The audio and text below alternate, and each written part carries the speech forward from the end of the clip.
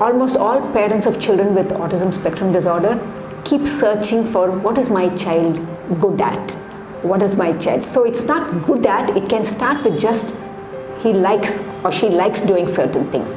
They need to move towards something which will keep them productive for the rest of their lives. Now, the skills that they have need to be put to use so that they become a valued member of the society.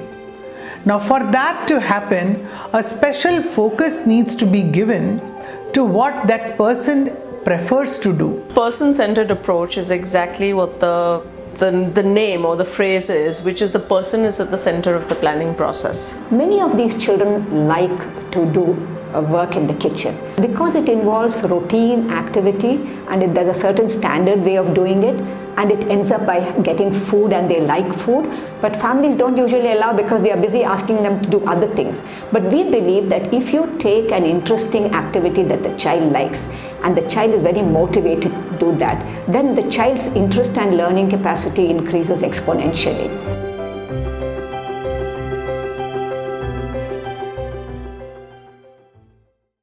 What the person-centered approach suggests is that you kind of put the child in the center of the space and sort of explore with him or her what are they fond of doing, what interests them. If they have language, so be it, that's great. But if they don't, what are they veering towards? What are those things that make them happy? What are those things that make them satisfied with what they're doing? We are actually giving them a voice, and we're respecting what it is they are developing in terms of their interests, in terms of their motivation, in terms of whatever it is they want to do, and listening to them and trying to help them actualize their own dreams and ambitions.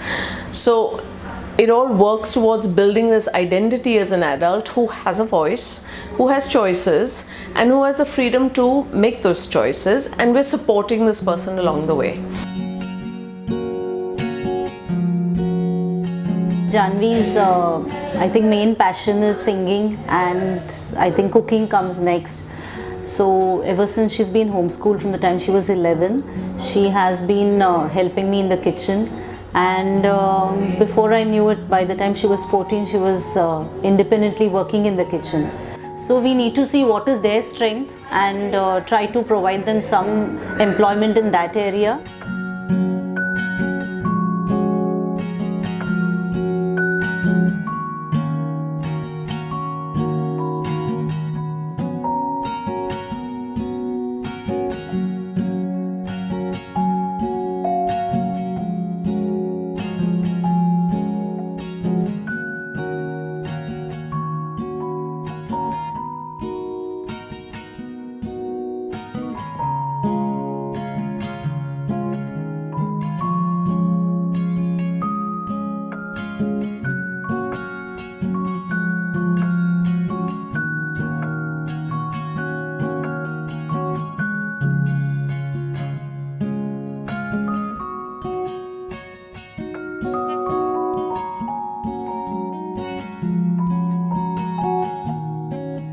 We teach them everything from a tea and lassi to making panna cotta from scratch, pizza base and the pizza from scratch, to making brownies and cakes, and as simple things as dal and rice. So we wanted to give them a broad, diverse range of a skill set which they could use, and ultimately they could be independent at home even if it did not turn out to be long-term employment.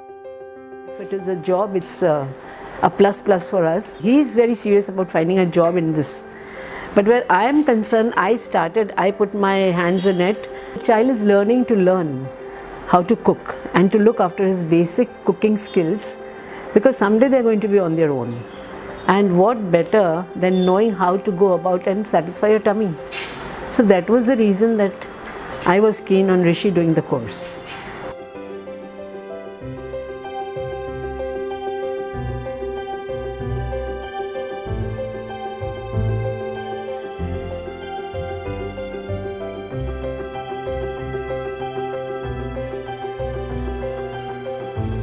Not one size fits all, I will say that. The fact that some of our individuals can work in the mainstream, some of them cannot.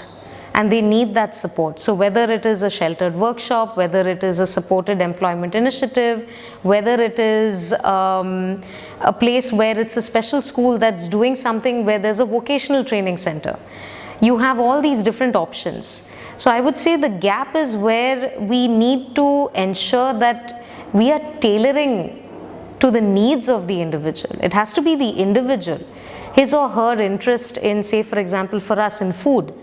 But if say that individual can work in the mainstream, then we need the employer to be on the same page as us, where they are aware that these are the challenges of working with a differently abled adult, but at the same time they are keen to try it out.